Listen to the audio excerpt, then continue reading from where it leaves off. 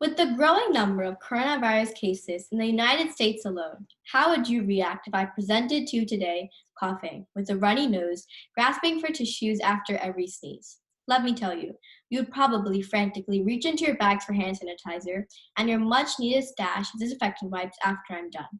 Good morning. My name is Krisha Patel and I'm in ninth grade at Eckhardt Township High School. And first of all, let me clarify that I do not have the coronavirus, but it is a growing pandemic that has gotten everyone on their feet, including some major companies. Companies like Amazon, Oracle, Google, Microsoft, and T-Mobile are all switching to remote work with the spread of the virus. And it goes without saying that remote work has both positives and negatives on the modern business environment. But first, let's start with the benefits. Number one, cost effective. Working from home is definitely cost effective for both the employer and the employee. The employee saves money on transportation and work attire, while the business reduces cost drivers and increases turnover by saving on overhead costs like real estate, absenteeism, and attrition.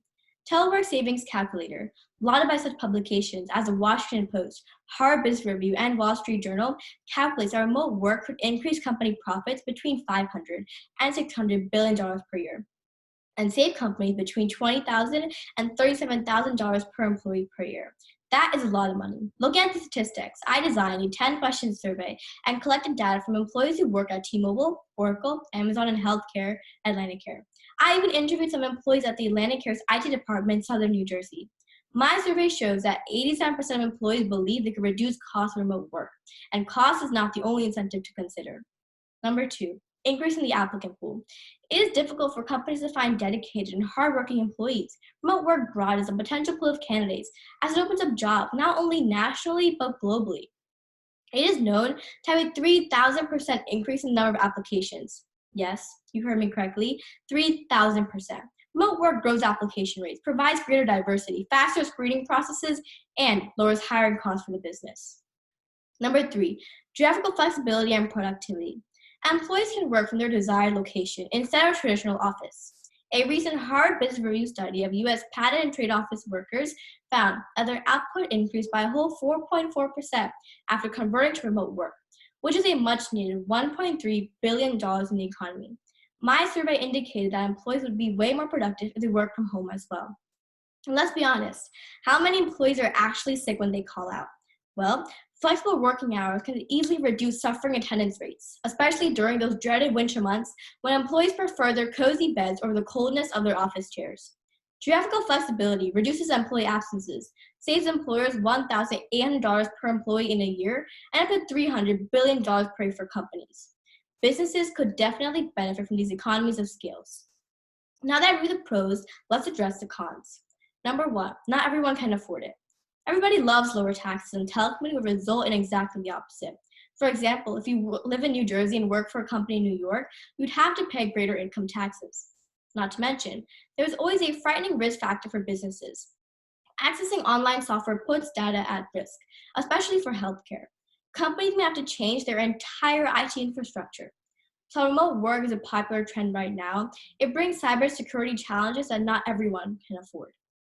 Number two, lack of employee collaboration. Remote work eliminates the face-to-face interaction between employees, managers, and colleagues, which is all vital for team projects. For example, if employees need assistance in a traditional office, the employee would simply walk to a neighboring office to find a solution. It's that simple. On the contrary, remote workers may not be able to contact their colleagues as rapidly. And lack of collaboration could negatively affect employees with feelings of isolation. And in the long run, it could ruin job performance and ultimately result in less profit for the business. In my survey, 60% of employees preferred meeting colleagues personally, 13% required communication, and the remaining 27% said it would not affect their health at all. This is just a local aspect, but how about globally? The Fortune 500s often have branches outside of the United States, and as the economy shifts to a worldwide structure, it is harder to communicate due to factors like time zones. Before I offer my recommendation, here is a brief recap. Remote work is cost-effective for both the employer and the employee in overhead and in transportation. It reduces fixed costs, increases the potential hiring pool, provides geographical flexibility, and increases productivity. On the contrary, not everyone can afford it, and it compromises employee collaboration. According to my survey, the IT firm agreed that remote work saves time, money, and promotes flexibility as well as productivity. But 43% rely on issued equipment. But if big companies like Apple, Amazon, and Microsoft offer and truly benefit from remote work, then why not all? So I recommend a company should pivot to a voluntary split week, where employees telecommute for a few days and collaborate in the office for the remaining days. This proposition eliminates all the potential cons. Companies should also implement agile working and flexi time as it develops a motivated and productive business platform. With these tactics, I performed a SWOT analysis for my recommendation, and there are numerous strengths and opportunities, while the weaknesses and threats are very minimal. My suggestion definitely brings a competitive advantage for businesses as it increases capital expenditures and provides a work-life balance to employees. In my survey, having a split week is supported by 53% of employees. The other 27% support a full-time remote job, and the remaining 20% prefer traditional office. It allows them to collaborate with their colleagues and managers, avoid isolation, and in general, be more productive. Companies don't have to reserve a desk for each employee. Instead, there could be a rotation. Time is money for any business. The advancements in technology have completely changed the modern worker, and therefore, a change in the contemporary workplace makes sense. In 2020, the contemporary workplace has grown exponentially as technological progress has altered the way modern offices function. Gone are the restrictive and isolating cubicles, free employees from micromanagement and the stress that comes with it. It's about time. Thank you.